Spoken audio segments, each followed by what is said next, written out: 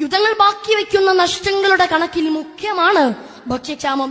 ഇനിയും അവസാനിച്ചിട്ടില്ലാത്ത Russia Ukraine സംഘർഷത്തിന്റെ മുൻപ് ആഗോളതലത്തിലെ കൊടും പട്ടിണിയുടെ കണക്ക് പരിശോധിച്ചപ്പോൾ 135 മില്യൺ ആളുകളാണെങ്കിൽ ഇന്ന് അത് 276 ആയി ഉയർന്നിട്ടുണ്ട്. യുദ്ധക്കടികന്മാരായ രാഷ്ട്ര നേതാക്കളോടും രാജ്യങ്ങളോടും എനിക്ക് പറയാനുള്ളത് ഒരൊറ്റ കാര്യമാണ്. ലിയോ ടോൾസ്റ്റോയുടെ വടികളിൽ അതിങ്ങനെ വായിക്കാം: യുദ്ധം മത്സരത്തിന്റെയും പരസ്പര ശത്രുതയുടെയും കശാപ്പിന്റെയും അവസ്ഥയാണ്. അതിന് സഹോദര്യത്തിന്റെ ആശയവുമായി ബന്ധപ്പെടുത്തുക എന്നത് അസാധ്യമാണ്. മനുഷ്യ മനസ്സുകളിൽ പരിവർത്തനത്തിന്റെ ഗീതം മുഴക്കേണ്ടത് യുദ്ധത്തിലൂടെയല്ല. സാമൂഹ്യ തിന്മകളുടെ വിഭാടനത്തിന് സംഘർഷമല്ല പരിഹാരം.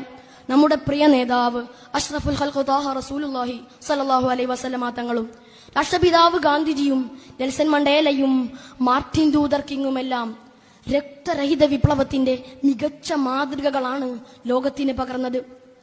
അതിലുപരി വിശുദ്ധ ഖുർആനിൽ അല്ലാഹു തആല പറയുന്നു: മൻ ഖതല നഫ്സൻ ബിഗൈരി നഫ്സിൻ ഔ ഫസാദിൻ ഫിൽ അർദ് ഫകഅന്നമാ ഖതല الناس ജമീഅ വമൻ അഹ്യാഹാ ഫകഅന്നമാ അഹ്യ الناس ജമീഅ. എത്ര മഹത്തരമാണ് പരിശുദ്ധ ഖുർആനിന്റെ ബോധനം! യുദ്ധരഹിതവും സമാധാനപൂർണവുമായ നല്ല നാളുകൾ സാർത്ഥകമാക്കാൻ